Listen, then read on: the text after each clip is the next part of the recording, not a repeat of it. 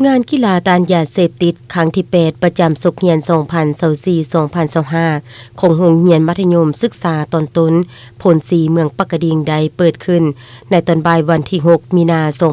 2025ผ่านมานี้และได้จัดพิธีเปิดขึ้นจังเป็นทางการเพื่อส่งเสริมให้นักเรียนหันมาเล่นกีฬาไกลยาเสพติดแน่ใส่สร้างโรงเรียนของตนหักษาได้นำมายศเป็นโรงเรียนปลอดยาเสพติดให้มั่นคง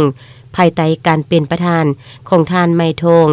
สินธิราชผู้อำนวยการโรงเรียนเป็นเกียรติของร่วมของท่านสุพัฒน์วัญพันธ์ห้องหัวหน้าห้องการศึกษาธิการและกีฬาเมืองมีแขกทุกซื่นพร้อมด้วยครูอาจารย์และน้องนักกีฬานักเรียนเข้าร่วมอย่างพร้อมเพรียง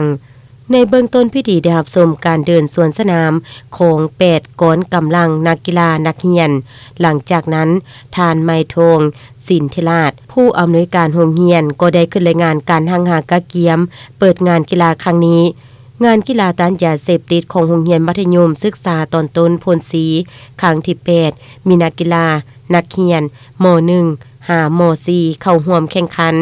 ซึ่งจะได้มีการแข่งขันกีฬา3ประเภทคือบานเตะยิงทรายกระโตยิงทรายและบานทรงยิงทราย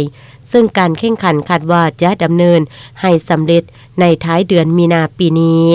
ต่อจากนั้นท่านสุพัฒน์วัญพันธ์ห้องหัวหน้าห้องการศึกษาธิการและกีฬาเมืองก็ได้กล่าวเปิดงานกีฬาต้านยาเสพติดครั้งที่8ประจำศุกร์เรียน2024-2025ของโรงเรียนมัธยมศึกษาตอนต้นพลศรีอย่างเป็นทางการพร้อมทางได้แสดงความสมเสยต่อคณะนำของโรงเรียนครูอาจารย์และน้องนักเรียนที่ได้พร้อมเพียงกันจัดงานกีฬาต้านยาเสพติดครั้งนี้ขึ้นและเรียกร้องให้ปฏิบัติตามกฎระเบียบของการแข่งขันอย่างเข้มงวดเพื่อรักษาได้ความสามัคคีไมตรีจิตและไปตาม3ลักษณะ5หลักมูลของการศึกษา